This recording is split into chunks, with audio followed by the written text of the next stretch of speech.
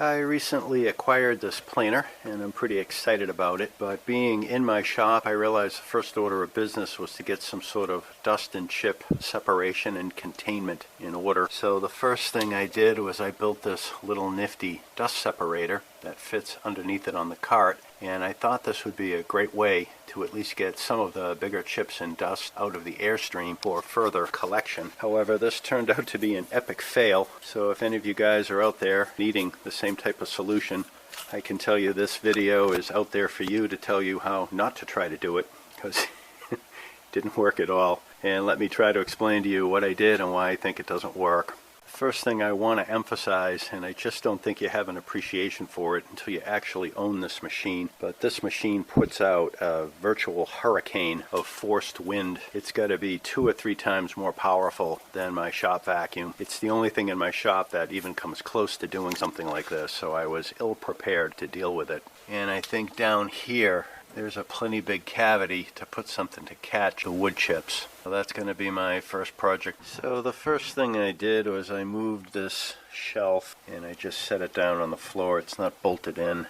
If you look at my Thien baffle here, I've done a couple videos on this. The minimum height you can get away with is you've got an inlet. The 2.5 inch pipe is somewhere around 3 inches, maybe a little less, and you've got to come out this way. So even if you had an elbow that was right along the top of the lid, you'd have another 2.5 inches plus here. Plus you have the thickness of the lid. It looks like 6 to maybe 6.5 inches is the minimum that I could make a Thien separator. So another feature of this planer is this is the end to a common 2.5 inch, and it just barely doesn't fit. And here's the elbow that came with a dust topper, and it just doesn't fit. This end doesn't fit, and the dust collection hose doesn't fit.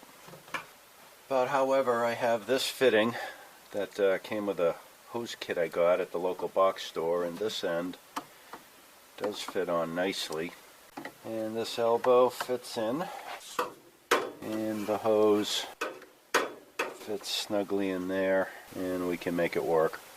So after hunting around my house, I found this bin that seems to be a good size. I created a template, and I found this piece of plywood, a scrap in the shop, be a good candidate, 1/2 inch. All 4 sides of the piece are not straight, they're a little bit bowed, so the piece is sort of octagonal, if you catch my meaning. And I started to rough it up by freehanding it on the table saw.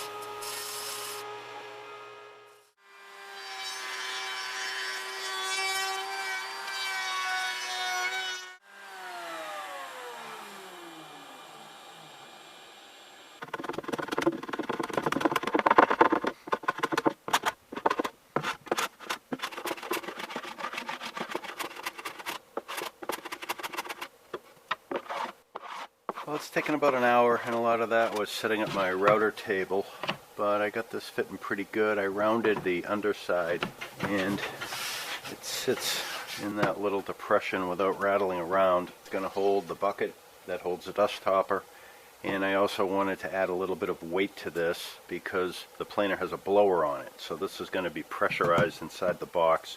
So I measure the height that I have here between the elbow and this lip here on the cart, and I measured the thickness of the plywood combined with the plastic lid. If I cut the bucket right along this ridge right here, that'll be about the right height.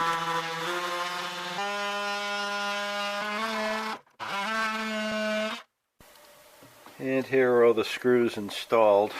I started by laying out a pattern on this side. I drilled a hole through the center. Once I had the center located, I was able to use some dividers to simply scribe about where the hole's going to end up. Then I laid out a similar pattern here and simply used a set of dividers to kind of space them evenly around the circle. I wanted to attach the plywood to the plastic and cut the hole at the same time to resolve any alignment problems I may have. You have to make sure you're far enough away. I don't want the router bit to accidentally hit a screw, because that would be bad. I have these 2 circle cutting jigs that I made many years ago. This one's for smaller circles, this one's for bigger. Decided on an 11.5 inch hole, so that means this has to be 5 3/4 from the center of the pin to the outer edge of the router bit, and I set that up. And I think what I'm going to try to do is route a shallow kerf on the bottom side of this into the plastic. It's going to be complicated by the fact that the jig is going to get in the way of the edges of the top and the screws. So it's not going to be a perfect hole, but I'm hoping it'll give me a good enough indication as to whether that's the proper size hole to fit this ring. And then if this isn't perfect, I'll be able to adjust it when I route the top side.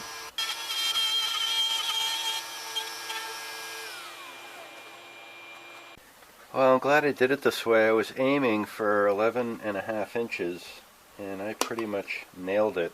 However, this sits kind of loose in here. I was hoping to get a bit more of a friction fit. This jig isn't really set up for precision, but best I could measure, I was about 1/8 of an inch oversized, so I tried to take a little less than 1/16 of an inch off of the radius here.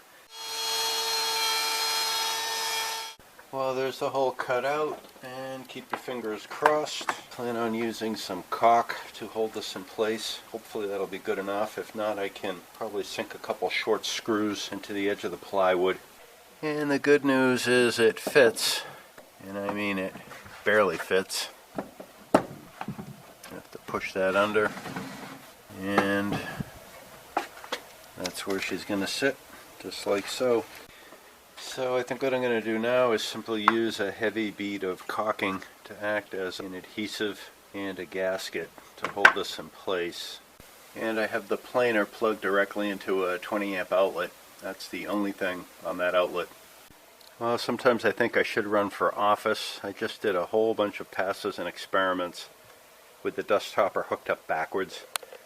Have it hooked up the proper way now, and I'm just doing some light passes on a piece of soft wood just to get an idea how well the dust collection works.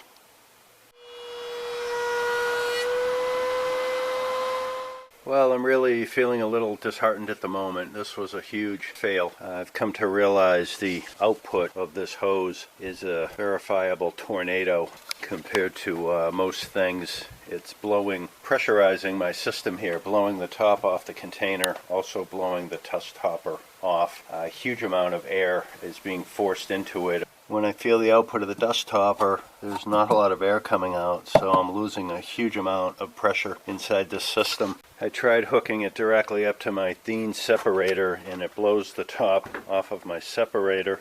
This is not held on real tight because it's historically under vacuum, and even when I turn the shop back on, the planer still has enough force to blow the top off of the Thien separator.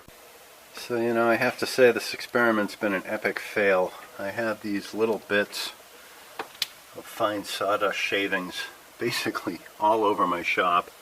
If you fire this thing up and don't have good solid dust collection, you're going to have that fine shaving sawdust all over, I don't know, 150, 200 square feet around it. I have my dust separator there hooked up directly to my shop vacuum. I just took this outside and cleaned it out, so it's about as dust free as I can get it without it being brand new. And I have a whole bunch of sawdust. I know from experience with my Thien baffle that you can overload these things. If you try to feed them too quickly, they don't separate quite so hot. And I also know that if the dust that you're trying to pick up is super duper fine, they don't do a great job of separating that either. One thing I've noticed from this dust hopper is I have a fair amount of suction from the vacuum, and yet the suction I have down here seems to be significantly diminished. So this orange dust hopper seems to add an awful lot of resistance, far more than my homemade Thien baffle over there.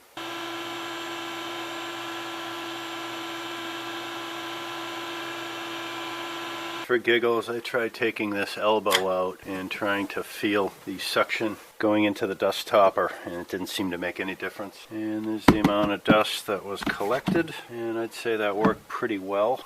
And that's not too bad. A lot of fine dust in here, which I think is acceptable. A thin veneer of very fine dust is stuck to it.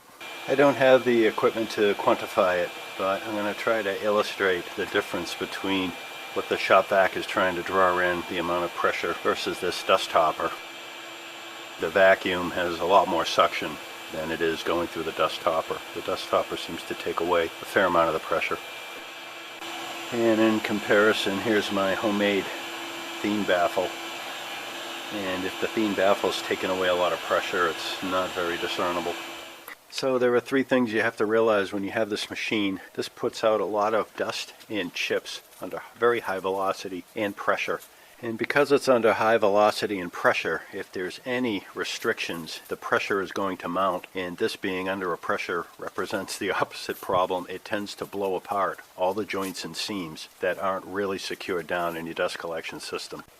And finally, because of the velocity and the high volume of air that's coming out of it, you need a dust collection system that's really made for very high volume stuff.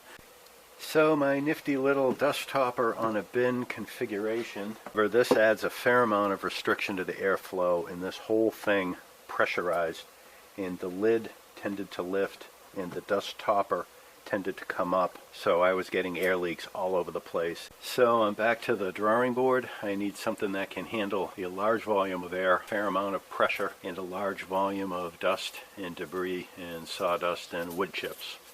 Well, I ended up returning the dust topper. I wasn't particularly thrilled with its performance, and I was more interested in getting my money back. I was fortunate the place I bought it from took it back even though I had used it. In the future, I think I might reconstruct this dust separator somewhere. I think it's a nice little platform. Unfortunately, I don't have any place that I can actually put it in my shop, so I'm not sure what the future of this guy is going to be. However, the future of this guy means I need a bigger and badder dust separator system, and that's this guy right here. A bigger Cyclone works great, but that's the topic of another video, so stay tuned for that one. Well, I hope you got something out of this video. Thanks for coming by. If you did, please like, subscribe, ask a question. Let's keep the conversation going, and stay tuned for the next one.